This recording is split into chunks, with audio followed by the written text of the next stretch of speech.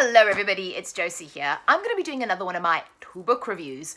So the theme for today's two books are kind of dark. So these are both YA books. They both explore relationships. They both explore people that I guess are slightly broken. I feel like they both explore kind of concepts of control, kind of spiraling, being out of control. And, you know, they really fall on the kind of darker side of the YA contemporary spectrum, in my opinion. And the two books that I'm going to talk about are this one over here, Mosh Pit. Sorry, it's got plastic on it. It's Shiny by Kirsten Dunyan. And then you've got The Dark Light by Julia Bell. So let me start with Mosh Pit. So Mosh Pit, I think I said in my TBR video, this was highly anticipated by me, my own highly anticipation, from my TBR, because it really sounded like the kind of book that I would be interested in and that I would enjoy. My only apprehension going into this book was I've read one of Kristen's books before, so I read it, I tried to read it as part of the FemFan Tale Readathon, and I had to DNF it because of the writing style. That was like a dystopian sci-fi, whereas this one is very much a contemporary, although I will say contemporary kind of set, I suppose probably the late 90s. So not contemporary now, but it's a contemporary story. There's no fantastical or sci-fi elements in it at all. And I'm happy to say I got on with the writing with this absolutely fine. I think it was just a stylistic choice in the other book, which I didn't get on with, but writing style, absolutely fine, no problem with this. So this book is about Simone and Cherry, and they're best friends. They're at school together. Cherry is they're both kind of a bit wild. They drink, drugs, go out. Cherry is very wild, and she decides early on in this book that she's going to drop out of school and she's going to have this wild night of Cherry's prom, where they're just going to go out, party, get messed up, and do wild and crazy stuff. And sort of warning in this, while it is a YA book, like I said, it does explore sort of darker themes. So there's a lot of drinking, there's a lot of alcohol, drug abuse, there's a lot of sex as well, like relationships, not always the healthiest. So, it's very much a darker, more adult side of the spectrum, and certainly as an adult, I enjoyed reading it. And so Simone is gay. She likes the ladies. Cherry has a boyfriend all the way throughout this, but I feel like Simone definitely has stronger feelings for Cherry than Cherry does for her. So I think Cherry plays on those feelings a little bit. So I suppose you could maybe describe Cherry as bisexual, but I think she plays Simone a bit more than being maybe truly bisexual. Might be a controversial opinion, but that's kind of my opinion of the character.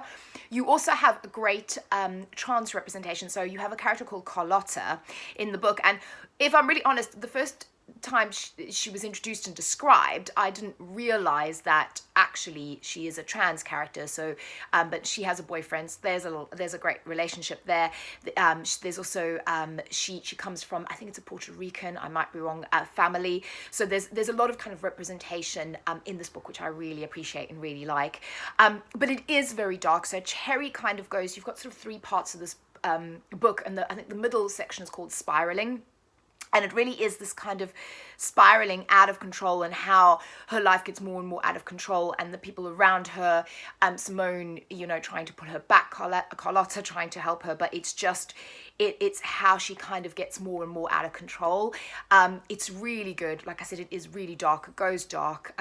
It explores some really dark themes, but I really enjoyed it. I really enjoyed kind of the music club, sort of what's called mosh pit element. They go out to a lot of kind of, I would say, rock metal clubs in this book, but yeah, it's definitely dark and gritty, and it's not going to make you feel all light and fluffy at the end of it, but I really enjoyed that. I really enjoyed that kind of intense exploration of the friendships, and also what can happen when someone maybe meets the wrong person and just spirals out of control, and what that does to your friendships and the people around you as well. I think it's very, very good. So again, 4.5 stars on this. I would recommend this. And then The Dark Light. So this is Julia Bell. Again, this was one that I was anticipating, and I wasn't 100% sure it was queer, but it is queer. So the queer element here is that you've got two characters. So you've got, the main characters are Rebecca and Alex. So the premise here is that Alex is, again, a bit of a wild child, and her parents have kind of had enough of her, and they send her off to this, it's a, well, I say it's a cult. It is a cult, but the parents kind of think this is like a church group on a sort of an island away from everything, and they're going to send her here for like a month or two, and it's going to straighten her out. Yeah, it is a religious cult. That's what it is. And Rebecca has basically been born and grown up in this religious cult. Her father's there, and her mother has died. And the first time they meet, Rebecca and a group from this kind of religious sect are doing they're trying to do like an outreach day, and they're ministering and sort of handing out pamphlets, and then they take Alex back with them to the island where they live, and in the commune where they live.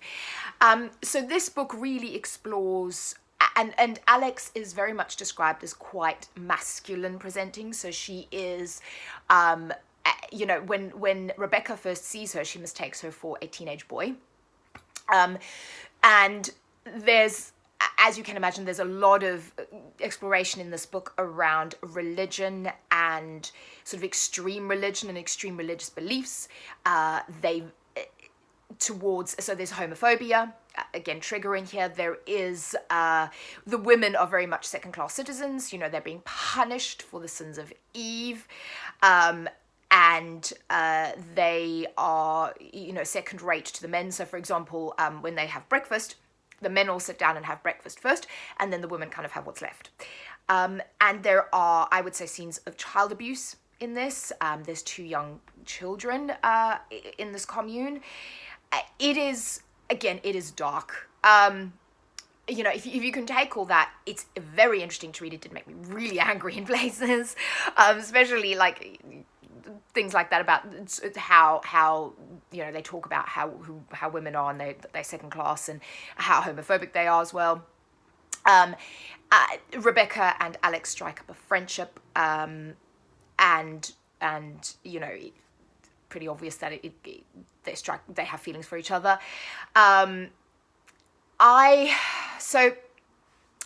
Like I said, it is dark. It made me angry in places, but I think it's meant to. Certainly what I thought. I did have an issue with the ending. Obviously, I'm going to give the ending away. I'm not sure I liked how it ended. That's what I'm going to say. So all the way through, this probably would have been a 4-star book for me. And I'm just to sort of let you know, I rate my books on how I feel about them. That's what I take into account. So it would have been a 4-star book. The ending really, and that's why maybe it's not fair to do that on stars. I don't know, but yeah, I wasn't keen on the ending of this one. But again, it is interesting. If you like anything about cults, I would say it's a queer version of After the Fire a little bit.